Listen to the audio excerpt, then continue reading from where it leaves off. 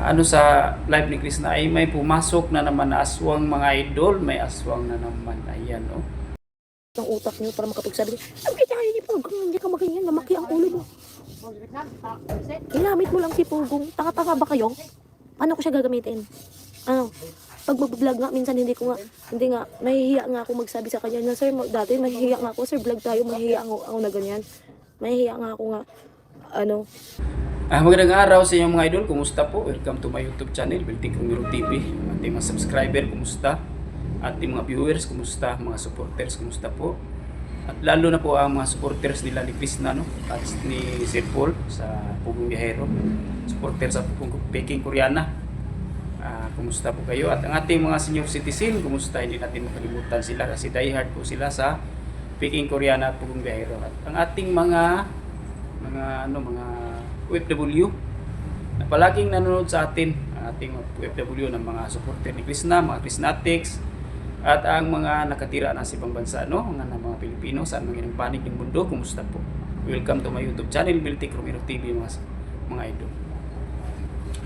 Ang ating video ngayon mga idol tungkol po sa pag-react sa tampuhan ni Krishna at sa kanyang lola, no? Kasi ang sabi niya ay sinisiraan siya ng kanyang lola, so nagtampo po si Krishna. Naawa po tayong nanood sa kanyang live. Ayan mga idol. Siraan ka. Kahit sa harapan.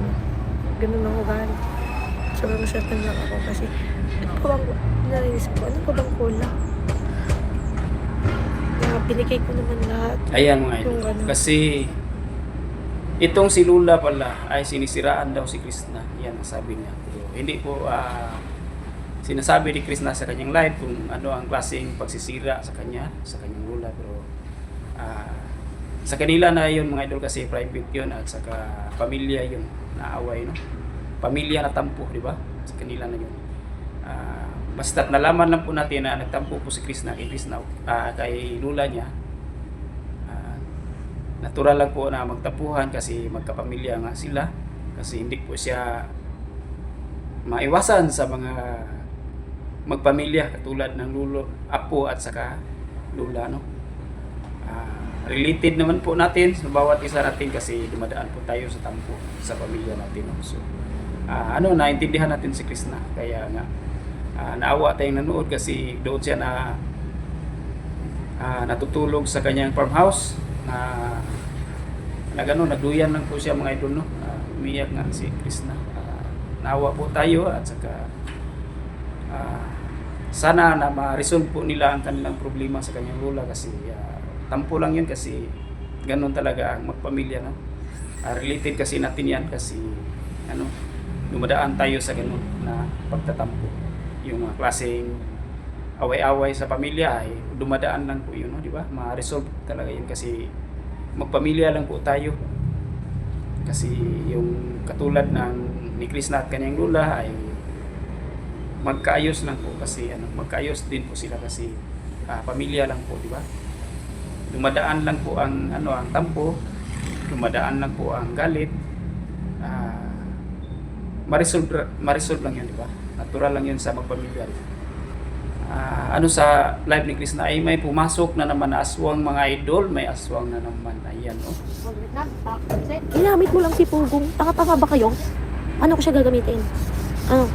Pag mag-vlog nga, minsan hindi nga, mahihiya nga ako magsabi sa kanya na, sir, dati mahihiya nga ako, sir, vlog tayo, mahihiya ako na ganyan. Ayan. Mahihiya nga ako. Sa kabila ng lahat ng ni Krishna noon, awa tayong nanood kay Krishna kasi umiiyak nga siya sa kanyang live dahil nagtampo siya sa kanyang lola kasi sinisiraan daw siya. Sa kabila ng lahat ng pagtatampo ni Krishna, merong basir na pumasok. Ano ba naman kayong basir kayo? Kahit saan si Krishna sinusundan nyo.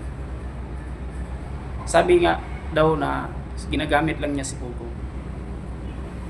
Ako, nanood ako, nakasubaybay ako doon sa Crispaw.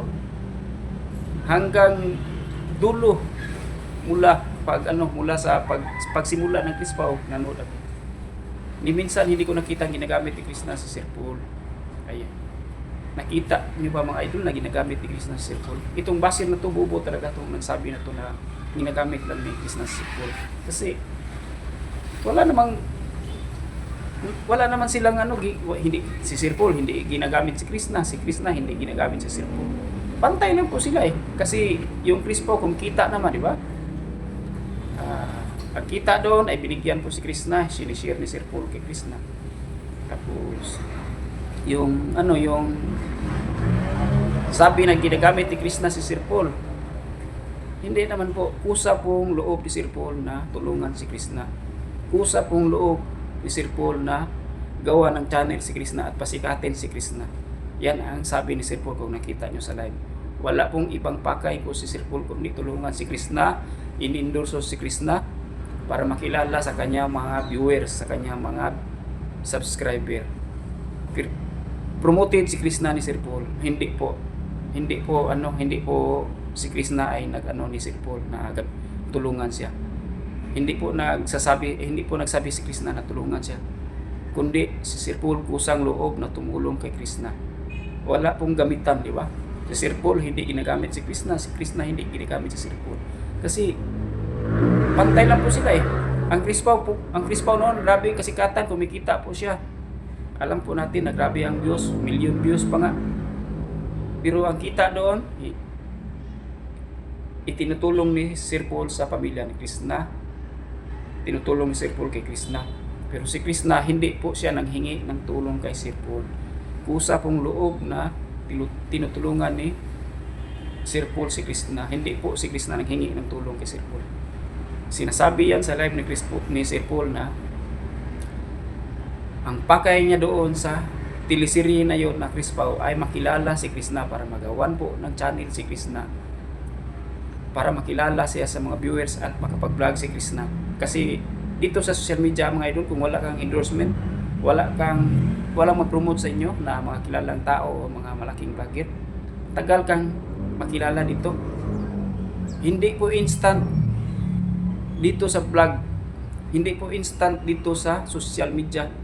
Kung wala pong magpakilala sa inyo na isang malaking tao o isang malaking vlogger, ay wala ka talaga. Maglisod ka nagkuha ng subscriber, diba?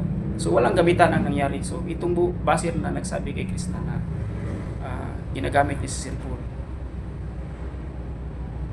Kawawa naman si Krishna sa kanyang kalagayan ngayon, nagtampo sa kanyang lula, tampuhan sila, sinisiraan daw siya sa kanyang lula. Mayroon pang pumapasok na Basir, ano ba ito? Grabe naman Basir at mga idol, no? Hindi na yata nila titigilan si Krishna.